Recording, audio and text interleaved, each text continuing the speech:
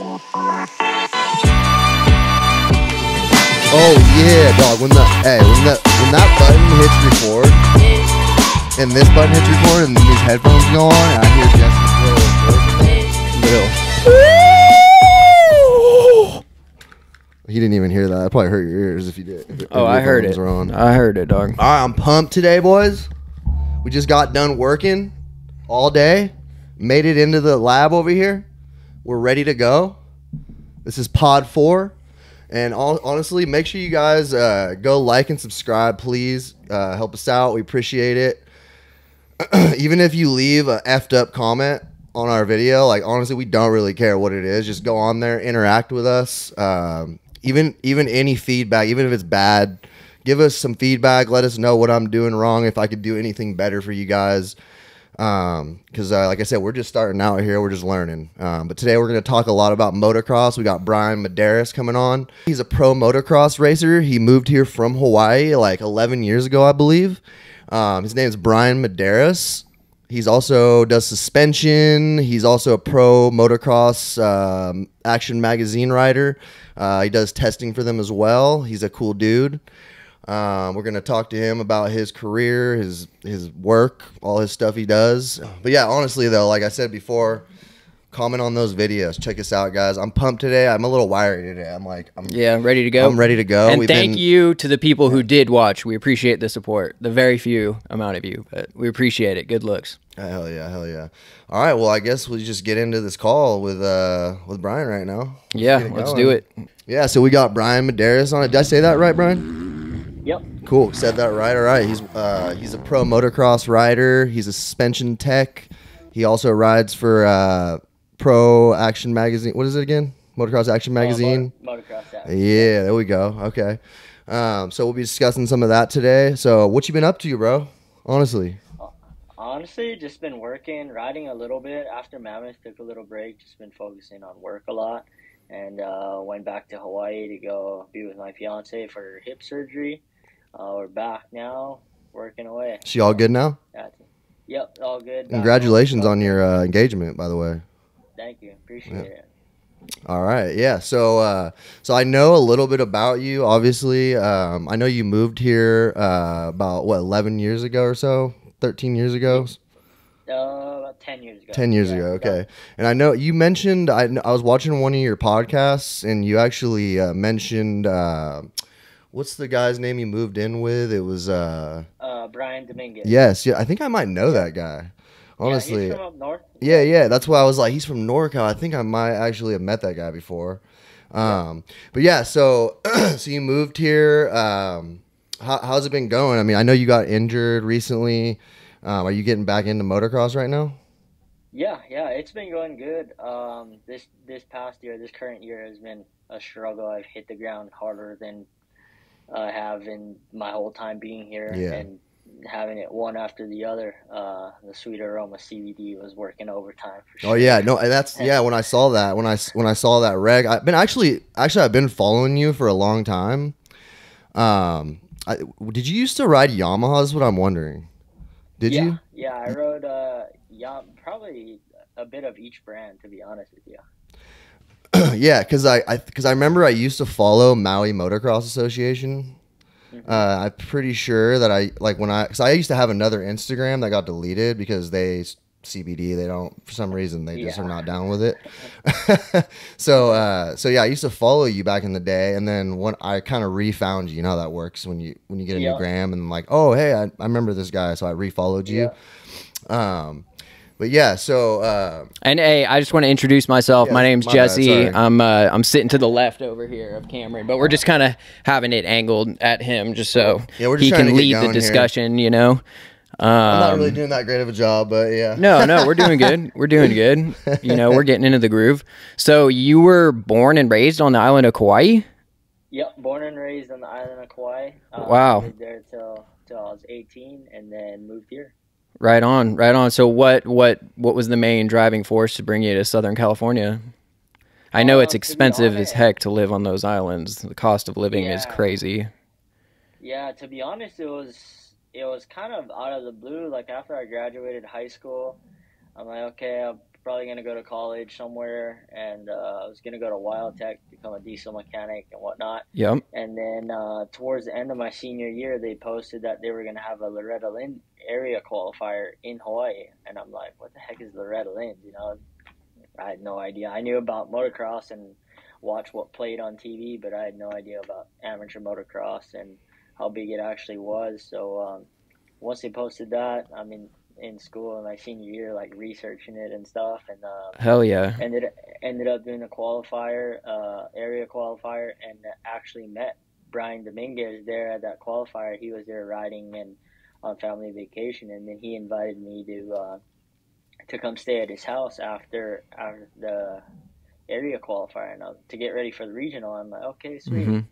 So originally it was going to be like a 1 month deal, you know, stay and race the regional and then go from there. And ended up leaving home for that month, shipped my bike up here, had $500 in my pocket, and ended up not going back. Yep. So what, that regional was on the island of Kauai as well? Or No, the area was in Hawaii, and okay, the regional was here in Southern California. Got it. Did you ever race any of like the amateur day races at like Hangtown and stuff like that? I believe the first year, 2013, the first year I moved here, I did race. Did you race intermediate or pro? Dude, I was C. Oh, were you? Okay. That's funny because I was trying to find some results because I raced like amateur day 2013 B class. And I was like looking for results. I didn't know if like what class you were back then and stuff like that. So I was like, hey, let me go check this out, see if I raced against him at all. And then 2014, you didn't do that? No, 2014, I was already down here in Southern California. Okay.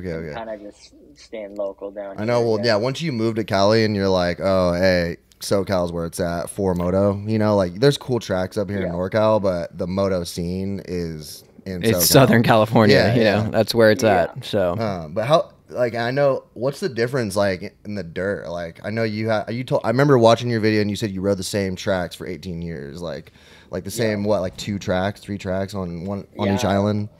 Well, there's like one track on every island, and growing up on my island, our track was always like technical, jumpy, like pretty big jumps, and that's where I got most of like my timing and stuff was from riding that stuff. But as far as I've never seen a rut until I moved up here. Like we'd never get ruts. It'd be like blue groove, like.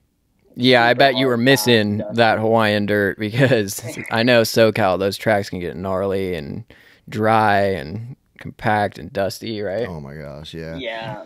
SoCal tracks are definitely not like NorCal tracks. Being from Hawaii and then moving straight to NorCal and seeing how their tracks develop and how good and ruddy and actually moist they are able to keep their dirt. For sure. Definitely a shock to the system. For sure. Yeah, no, and I know that you met Austin Howell as well, and like he kind of got you into that Motocross Action magazine, stuff like that. How did that like impact you? Like when you met him, like that help you out a lot, and were you pumped off that or what? Yeah, I mean Austin's still one of my best friends to this day, and he's a good dude. And when I was living up in NorCal, he was staying down here, and he had a little apartment or whatever, and used to make trips back and forth with I don't know if you know Jordan Scalvini. Yep, I used to race that. That year that I looked up, 2013, I believe he got 4th and I got 6th or something, and I saw his name in there when I was looking. I was like looking for your name. I was like, was he C? Was he B? I don't know what he was, but like I'm trying to, because like that's the one thing I don't miss about motocross though is like the injuries, because I'm like currently dealing with an injury, so it's like nerve damage in my neck, so that's why I haven't really been riding a lot. That's why I only ride the Grom. That's why I'm only posting like videos of me riding the Grom, because like it's a street. There's no like bumps and shit. They're gonna hurt me. I can keep it up on one wheel, so it's not, you know what I mean. As long as I don't wreck, like I'm good to go. For sure. But yeah, so you've been with Motocross Action Mag for 11 years now. I started testing with them at the end of 2013. That's so sick. And you get to test all bikes, right, or just Suzuki's? Yeah, all bikes. We pretty much run through whatever they have. They'll assign different bikes to different guys each day or whatever, and then we'll do shootouts and all that cool stuff. Yeah, I'll try to throw up guys. I'll try to throw up a little pick of some of the magazines and stuff he's been in for you guys, so you guys can check it out. Maybe some links down there as well. Yeah, I'm gonna tag all his socials and YouTube channel below, so we'll have all that in the description. And yeah, and also what I actually have the Triumph website pulled up right here. I was gonna ask you, because you are a test rider. That's one of the questions I wanted to ask you. What is your feelings on this new Triumph coming out? I think it's good. I mean, it's always good to have more manufacturers in the game. You know, I think it's only going to benefit our sport. But they definitely put a lot of homework into that bike, and it seems like it's pretty good. I mean, everybody that's involved with developing their bike is experienced, and yeah, for sure. I was watching the video a second ago as well, and they said they were just talking about like, oh, the frame's like different somehow, and obviously, you know, it's like funny how they're like, it's easy to whip, you know, on the YouTube. It's like, yeah, well, if you know how to whip, obviously. But it's just funny, you know, when you're like a racer and you're like watching these like marketing videos and you're like, to the average person, like that makes sense, you know. But when you're racing pro or intermediate and stuff like that, you're like, that's funny. You know, a bit cheesy, but it's cool, obviously. Yeah. But you notice more things, like you just, you know, like movies, and they don't do the right sound for the bike, and just, you know, some cheesy things like that. You just notice it as a racer. Yeah. So it's funny. Yeah, like especially like that. I was in a movie called Bennett's War. I don't know if you guys seen it. It's on Netflix or whatever. It was actually filmed down here at Glen Helen, probably 2016 or 17. What was it called, Brian? Sorry, what was it called? Yeah. Bennett's War. I'm gonna have to check that out for sure. Yeah, if you guys want to check that out, go check out that movie for sure. Yeah, it's basically, it's to the average moto guy, it's not a moto movie, and it was never meant to be a moto movie because it was like a big Hollywood production. So it's like about this veteran that used to ride, goes off to war, and then comes back from war and wants to ride again. So filming it at the time, I was like, oh, this is kind of cheesy, but actually seeing the movie when it came out and how broad of a spectrum that it could introduce to moto was pretty cool. For sure. No, for sure. So were you like a stunt guy riding a bike, and they were filming you, or what was your role in that movie? Yeah, so I did the stunt doubling for all the main characters' riding scenes, basically. That's sick. That's badass, bro. Did you see that Vice Principal show? What's Danny McBride's in it, and he's like the vice principal, and he like buys a dirt bike in the show, and he like straight loops it out like at the track, and it's funny, like the guy's in first place, he's like mobbing first, and everybody behind him is just, you can tell they're just like beginner, you know, and he's like, it's the pro class in the show. But yeah, I was gonna ask you as well, I know you got to ride like Kenny's bike, and I know you ride Suzuki, so my question is, I know you ride, you're obviously a privateer, and I know you do your suspension right on your bike. Yeah. All right. So we'll get into that as well. But comparatively, obviously, like compared to a privateer bike that you're ripping and you're working on, stuff like that, and then you hop on this factory, you know, bike. I mean, what is your intake on that? Your take on that? You know, on the differences. Dude, I was super excited to get to ride Kenny's bike, and I was excited for you. Yeah.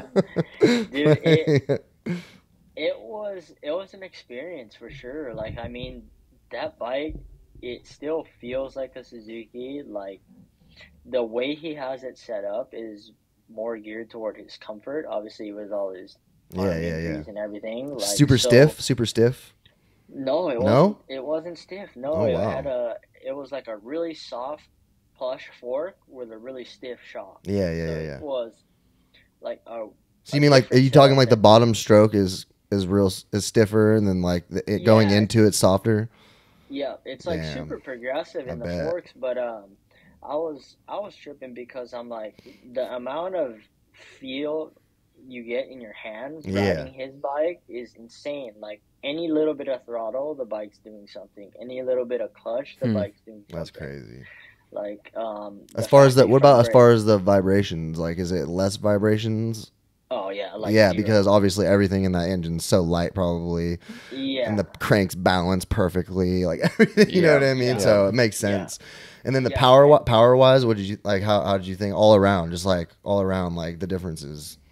ultra smooth, like ultra smooth, super easy to ride. Anybody could jump on it and ride it for sure because it's not rip your Yeah, arms off power. And those, I was kind of nervous. I'm like, man, a factory 450. I mean, a stock 450's yeah, got a lot of power. I don't know yeah. how I this know it's thing is, crazy. but I guess the 450 class, they're just trying to get more power, but make it super usable, and that's what Kenny's bike was. And he had some pretty trick stuff on there, like his handlebars are one off, like the grips that he runs are one off, Yeah, ultra soft, like super tiny. It felt like you're riding a mini bike bars, like crazy. so small. Totally Yeah, custom for Kenny. I'm always Oh just yeah, so curious about that. Like when I like versus because like obviously I also had a privateer bike when I raced pro and it was completely probably not even as good as yours probably. You know, so when you're like, huh, what's the difference? Like I'm always wondered that because you always hear people testing like Stewart's bike back in the day, and like I remember reading something on like Trans World Motocross back in the day, and the guy's like, this bike, I could not believe how smooth this bike was. It was like he overjump anything, you know. And you're like, that's like every rider's dream, you know, getting on a yeah, bike and just like I remember when I raced and like I went from stock to suspension when I was pro. Or like, you know, like good, decent suspension, you know. yeah, And I remember one day I come back with a new suspension and I overclear this table, and the whole time in the air I'm thinking, oh my god, I'm dead right now when I land. yeah, Like, you know, and then I land and I'm like, oh my god, like I'm not dead. Like it was yeah. perfect. Am I right? Like it was fine, you know. So people Yeah, don't realize like the difference is like you overclearing something in supercross or motocross compared to a factory bike. Like yeah, that's the difference of like life or death. Sometimes, you know, yeah, like obviously not really, but I'm saying like hurting yourself or not, or wrecking or yeah. not. You know what I mean? And like also like I know. So you have your own suspension business, or are you working somewhere? Yep, I have my own Sweet. suspension That's what I company. thought. I just Yeah, wanted to clarify. yeah. What's the name of your brand, bro? Ikolu Suspension Co. So Ikolu means three in Hawaiian. Hell yeah. It represents the three most important things to me, which is faith, family, and friends. Wow. Okay. And then I like that. then you got some of my buddies that are like, why? Because it's two forks and one shock. I'm like, oh, we'll roll with that. Too. Yeah, Like, dirt Yeah. bike jokes. Like, There it's you funny, go. Yeah. No, So, that- do you have a profile for your business as well? Yeah. It's, Right on. Ikolu Suspension Co. Cool. We'll throw that. Yeah, we'll throw that up for you guys. Check his suspension out. He's obviously a privateer, so any suspension jobs you get, I'm sure it helps your racing career out, you know, and stuff like that. Yeah. So I'm sure when you're riding that bike, though, Kenny's bike, you're in your whole time thinking like, hopefully I can get these guys to walk away so I can get these clickers. You know what I mean? I mean, his forks, they don't offer those forks to the public because he ran like Yeah, the yeah, older KYB Air forks. Yeah, But the shock is pretty much a stock 250 that's shock, crazy. RMC 250 shock. Like, And these internally- 450s off the freaking showroom floor, so like good. Most of these bikes, even the power wise, you know. I mean, it Yeah, sounds like they're like- the way he was describing it, like they're almost tuning it back a little bit, you know, Yeah. power wise. Yeah, and it was crazy about how much stock parts were actually on that bike. I mean, the engine package, you could call Jamie at Twisted and buy that engine package and buy the Vortex to go with that engine, which is, I mean, I'm sure it's not cheap, but the fact that it's available to the public, I think is pretty cool. Yeah, that's badass. That's sick. Yeah, and when I did, and I kind of just when you said that to me, I think I found out you did suspension in a few days. I forgot. I didn't really know about that completely. I didn't know everything. So like that's one thing I want to do on this podcast is talk about businesses to people, you know, that are in the motocross industry, regardless whether you race or not, even if you're just a business like in the motocross industry. But obviously that's a plus. You are a pro as well, so that's a plus, and that helps your career. But yeah, we definitely like to talk about business on here, you know. So that's cool that you have that business. When did you start that? I started I've been doing suspension for probably 8 years now. Okay. And I started my own when COVID hit and the shop I was working at had to close down. And I'm like, man, I still need to work. So, you know, it was a good time to like kind of just keep working and branching off and start slowly building my brand. Yeah. And that's what's cool about the moto industry. Like, I haven't had to pay for advertising or anything. Yeah. No. So like Yeah. just word of mouth stuff. And I Yep. feel like that stuff and being able to come on podcasts like this or talk to people, that goes a long way rather than like reading off an ad or Exactly. doing anything like that. You know what I mean? And then just getting the brand out there and slowly building it. I mean, you know how it is in moto. It's Yeah. so hard. Like, to be successful in business in moto Yeah. and as a racer, I mean, you got to be wide open every day. And like, I have my suspension business. Exactly. I also started training kids and stuff on the side too, like Oh, that's sick. Entry level kids. That helps bring in the like, suspension jobs. I mean, yeah, the it's training, like, you know? yeah, it's like you can do like, hey, let's go train, and then yeah, I noticed like, hey, you're like, your bike's not really ideal for you right now. Let's get it set up, and then it kind of just feeds off of each other for sure. And then training kids also helps me ride better because I'm talking and showing these techniques to these kids every day, and it's like getting reburned into my brain. And you're walking the track, kind of, Yeah. you know, by watching Yeah. them. Because like, I noticed that we don't ever, like, I remember when I was younger, first thing we do when we get to the track, walk the track when you're younger. And then when you Yeah. kind of grow up, we don't need to do that. You know, you're Yeah, just like, you we think- know how to ride now, you know, but Yeah. like going back to your roots, you know, like really does Yeah. help. So that helps you do that, you know, by walking out there and looking at the lines and looking at showing them, and you get to watch all these kids go through the lines. And personally, if I'm getting my suspension done, I would rather have somebody, you know, be clicking on my stuff, working on my stuff that actually is pro. And Yeah, Yeah, someone that or- rides or- for sure. Yeah, and that's what my biggest thing too is, like, I'm riding the same tracks you guys are riding. Yep. Like, you can tell me about any bump that your suspension's not working on at Glen Helen, and I'll know pretty much exactly how to fix it because I've hit that bump a time or two, you know? So, For sure. so it all works hand in hand, but yeah, you just got to be wide open in everything in moto. It's crazy, but I wouldn't rather be doing anything. I know the else. first time when my speed progressed when I was younger, like I finally realized, like I always thought soft suspension was better.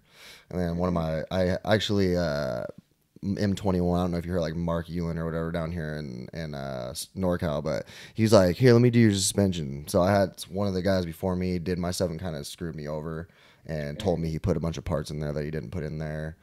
Yeah. So then Mark took it apart. And the reason he took it apart is because I hit a fat booter and I landed and I pulled over just to take a break, and fork oil like all over my gear. And I was like, what the hell? And I looked down and I was like, oh my God, the fork cap came unscrewed. Like, so this dude didn't tighten the fork. And then that's how I was like, all right, Mark, I'll let you do it now. Right. And then he took it all apart and he's like, what did he say he put in here? And I was like, KYB this and that. And he goes, dude, there's literally nothing in here.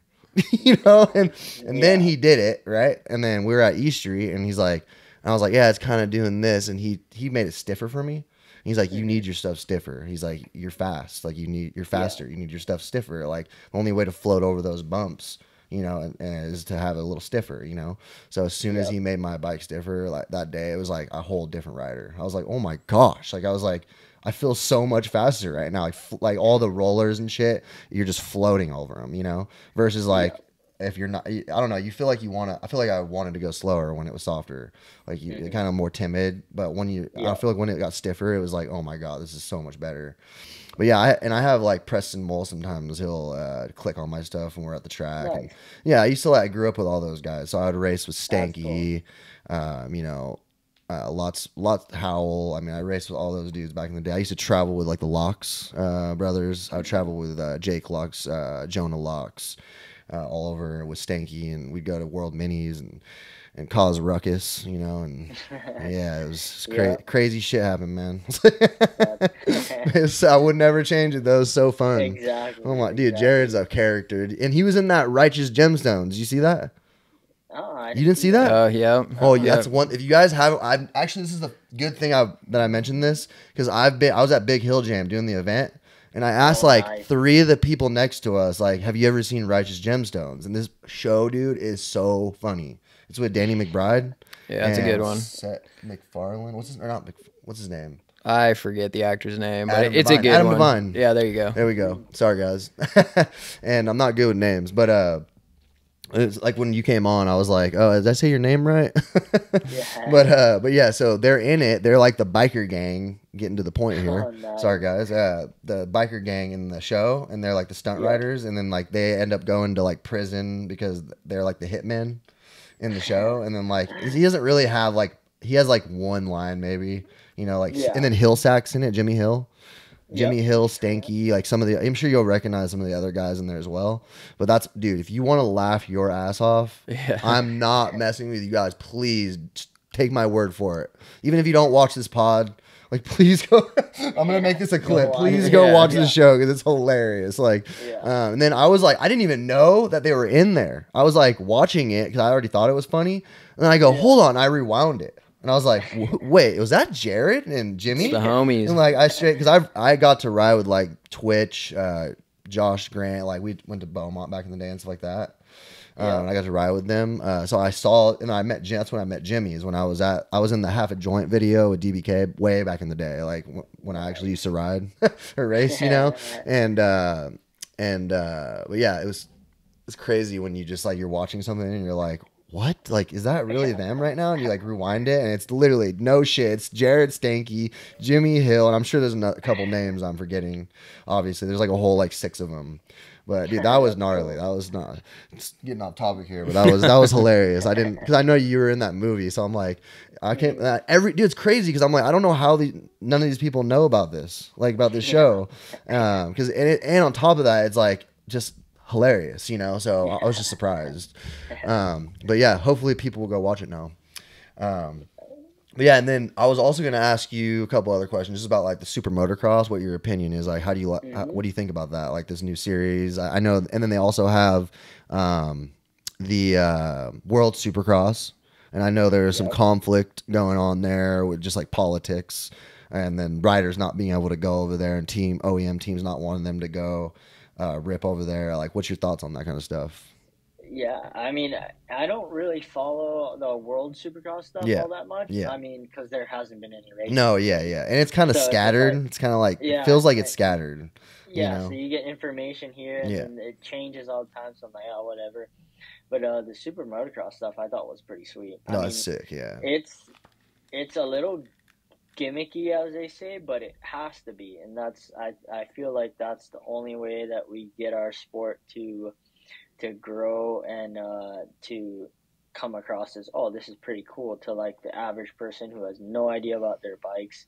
They watch and they go, okay, it's guys on dirt bikes going in circles, like, yeah, it looks easy or whatever. But whenever there's stuff like that on the line and they make it interesting, I mean, I know some of the riders and stuff weren't too pumped on the single, double, triple points, but look at how exciting it turned out to be at the end. I mean, if you were on the losing side of that and lost a lot of money, I bet you'd be pissed. But yeah, I mean, in the end, we all as fans, everybody out there, we just want to see pros race. Like, I think it's been more races. I think it's been the best thing for the sport in a while. You know, I heard I forget who, but someone said that there was a NASCAR race there, and there was like more fans for the super motocross event than there was for the NASCAR. So just hearing that sounds so sick, and I hope we can make it down next year. You know, that'd be awesome to go check that out. Yeah, for sure. I heard they're not going back to the Coliseum next year, but we'll see. I mean, time will tell. But I mean, for that final to happen in that building, I think it was pretty iconic. And then little bummed we didn't get the Ghost Ride, to be honest. Yeah, I was going to ask you that. I was just going to say that. I swear. When you said that, I was like, well, were you bummed on that or what? But it makes sense because the kid didn't even realize he won till like the second he landed, you know? So I don't care what anybody says about Deegan. He's a savage. I'm sorry. Yeah. I'm just going to put it out there. Like, it's just, I mean, and some people say he's wild on the bike, but also Barsha was wild on the bike. And Barsha's a boss as well. Yep. So yeah, and Deegan, I mean, people say, he comes from money, he always had good stuff growing up. But when you get to that level that they're at, you don't ride like that because you had money. You ride like that because you're working your ass off. Absolutely. Like it's not like, he could have came from money, but I mean, he's still putting in the work, and that workload is not easy. Yeah. So And it I'm a takes fan. time, man, Yeah. to get that feeling on the bike. I mean, like I Yeah. remember, like I go ride and like I can lay a decent lap time down still and have fun and shit like that. But I'm not running consistent lap times. You know what I mean? Like it's not gonna be that lap time for more than one lap.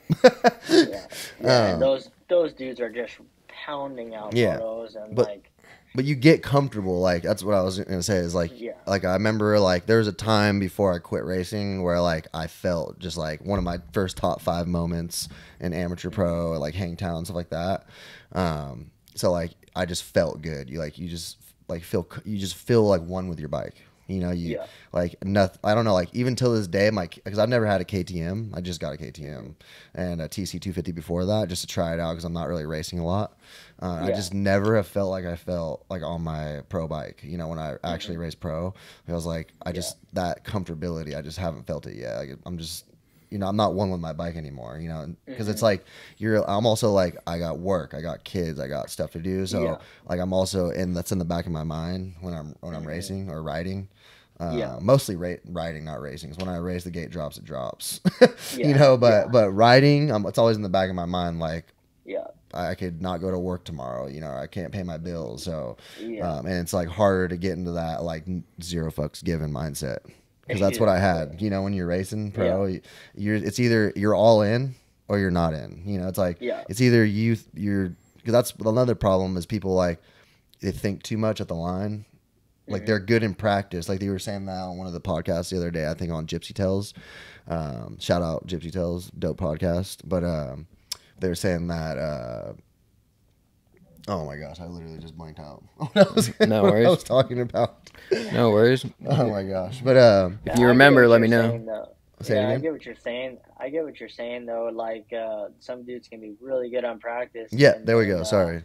And then they never race. Like that's the problem with amateur racing. I think is all the kids train, and race 3 times a year. Yep. So it's foreign. Like for me, I know every year that I did my best, I raced every weekend. Exactly. Like, no matter if it's a local race. Doesn't matter how many people are there either. It's just like go get a gate drop. Yep. Yeah, because whenever that gate drops, you no matter how hard you train, you clicked into a new level when you race, and being able to be comfortable at that level, I think, is what makes a difference. I mean, you see some of these kids that haul ass on practice day and just when it comes to the race, they either don't put it together or they get flustered because they haven't lost or they've been training so hard to win and then get to the race and they're way off the pace or you know, it just doesn't. See, that's the thing is like people also some of these riders. It's like I was the opposite. Like I was not as fast sometimes in practice, and then the gate would drop because I just knew like once the gate drops, like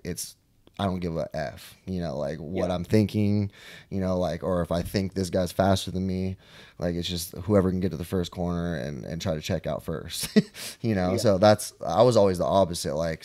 I wouldn't look as fast, and then I would do better in the race, you know. But that's what I was trying to say is like they need to just get that out of their head. I know it's easier said than done though, because you got the lights, you got the fans, you got like all this stuff going on around you, you know. So like it definitely, obviously, depending on the person, might get to you, you know. But at the end of the day, when that gate drops, if you think you're gonna not get the whole shot, you're probably not gonna get the whole shot. If that's even a little 1%. Anything in your mind, like you might not make it. You know, so that's why I always say that's why I'm just like 0 F's given. That's what you got. I feel like that's the mentality like Deegan has. It's just 0 F's given. Like even if I don't get a good start, I'm gonna go eat. You know, like I'm gonna let her eat no matter what. And also I wanted to talk about, I know you did a fundraiser because I've been following the Maui fires and stuff like that. You've been doing a fundraiser. So if anybody wants to, I don't know if you have like a link for the donation we could throw up at all. I don't know if you guys have like any way to donate or anything like that, but if anybody wants to try to help the family out you're trying to help out, I think that'd be a good thing to do on here. Maybe tell us a little bit about that as well. Yeah, I mean, we ran a fundraiser for Mammoth, so I was raffling off pretty much every piece of plastic on my bike to whoever donated, and didn't matter the dollar amount, to just try to get some funds together for them. I mean, any little bit helps. So, exactly.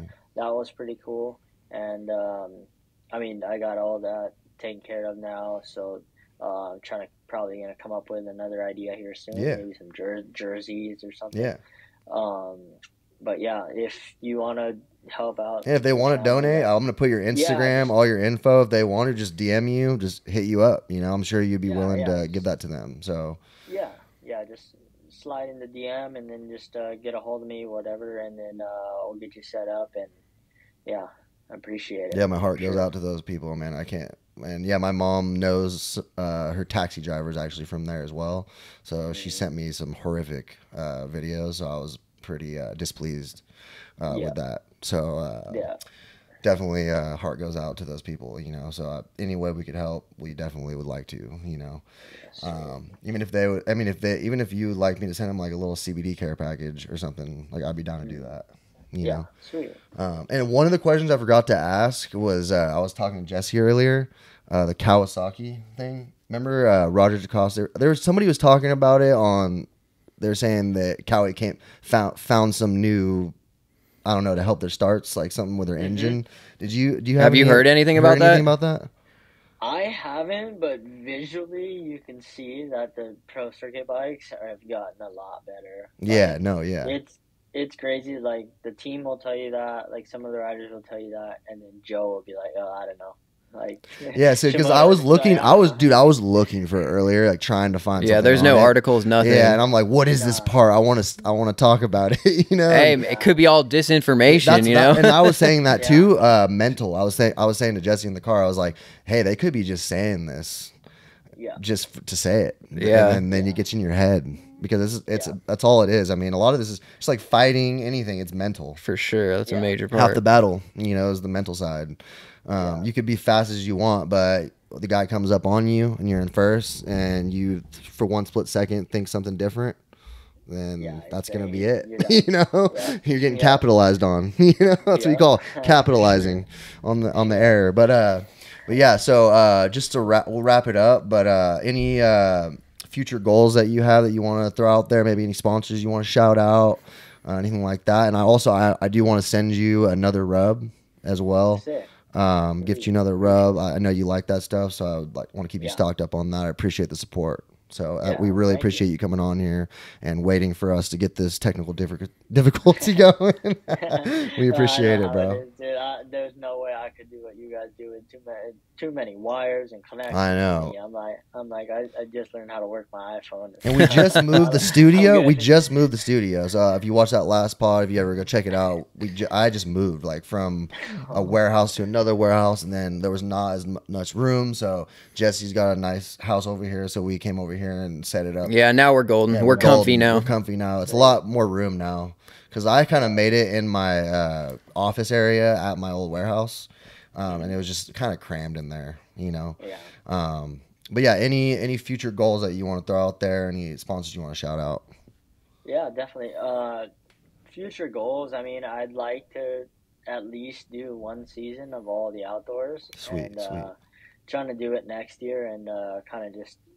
My fiance will have the summer off from college, so maybe just make it like a summer motocross adventure, you know, try to hit all the rounds and definitely do good.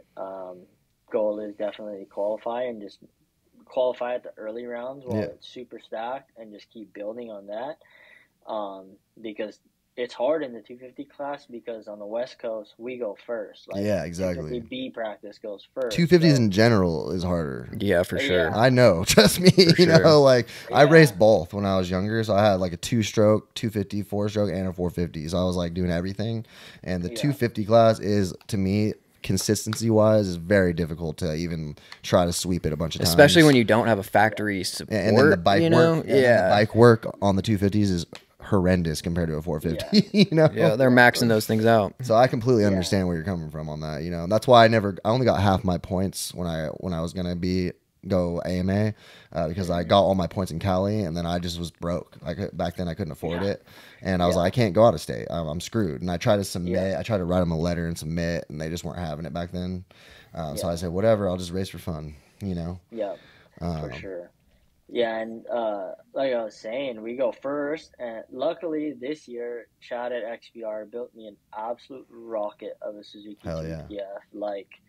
It runs so good that I had a really good bike, and then of course the two-stroke national crash. I mean, that was probably the worst timing that it could possibly happen. I mean, it was 7 weeks till Paula to Yeah. the exact day on Saturday, Mm-hmm. and I rode the week before at the 6 week mark from dislocating hip and broken bones in my back.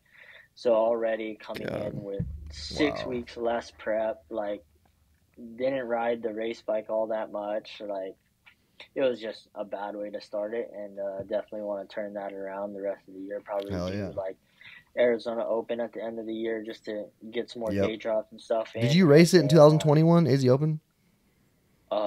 2021, I think so. Yeah, because I sponsor Colin Davis. You know Colin? Do you know Colin Davis? Yeah. Yeah. So if you got, actually, what I was gonna say is you should come up here and rip with us.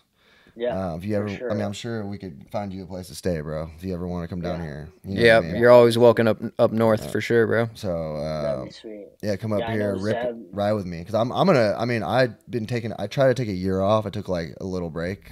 I rode I rode Hangtown the day before. I told you like that I met. Actually, that's how me and Brian. If people don't know. I hit up Brian, sent him a rub. Then I told him, hey, when I'm at Hangtown with the booth, I'll come up. I'll say what's up to you. Saw him, came over there, had a little maybe 5-10 minute conversation with him. We hit it off. Oh, you guys met in person? Yep. So Oh, dope, I already dope. kind of put the bug in his ear with the podcast, and then I finally got my shit together, and I said, Brian, I'm ready. Are you ready? Yeah. But yeah. No, that was, yeah, for sure. I definitely miss riding those NorCal tracks. I know Zeb does a great Yep. job. Argyle, Club Yep. Moto. Yeah, all Mike that, Sexton, all those. Argyle, Yeah. and then we got Mike. Corky up like at Oatville, all them. Yeah. But yeah, dude, please come out here and hang out, and we'll rip, we'll go ride or something. And Definitely. and before I forget, the only other question I wanted to ask you is the Kickstarter. Because I remember when KTM came out in 08 and everybody was hating on KTM. They're like, Yeah. you're this and that, friggin' your bike's easier to start. And then the KTM guys always had something to say, you know, about it, right? But now, now every bike but Suzuki now has electric start. So now you can really see it, how difficult it really was for us back then. Because remember when Kenny stalled it in one of these outdoor races and he's sitting there, they got the camera zoomed in on him, kicking it. And obviously his bike might be a little more built up, but I'm saying it's a disadvantage, I'm sure, for you. Yeah. I have no idea what that was. Something just fell over here. I just heard a big bang. I don't know if you heard that. Yeah. I don't know what that was. Yeah, I don't know. So keep talking. Little bit of a disadvantage. I feel not really. Like my stock bikes, I have no problem with it. My mod bike, we took a little bit to get the starting strategy with the mapping and all that correct, but now that bike's all good. Okay. I don't really notice it. I mean, if I do tip over, it's like a habit for me to pull the clutch in while I'm tipping over and hold that thing wide open so it doesn't stall. Well, I always tell people true pros, when you watch them wreck, most of the time they don't let go. Yeah. Like that's what I barely ever let go. Unless you're gonna like bail off the bike, you don't let go. Yeah. Just don't go down in the first place. Yeah. Exactly. But yeah, so we'll throw all your socials down here. We really appreciate you coming on, brother. Me and Jesse are probably gonna go rip his supermoto bikes for like 15-20 minutes. Yeah, go take a cruise. Hit a couple bangers out there. But yeah, so definitely let's stay linked and text me. Let's text each other. I want to get that package to you, and if I can send a little package to the family out there, for their anxiety and stuff like that. I mean, it definitely helps that kind of stuff. So I'd love to help them out with a little care package as well if you're down for that. So yeah, for sure. And I appreciate you guys having me on. No problem.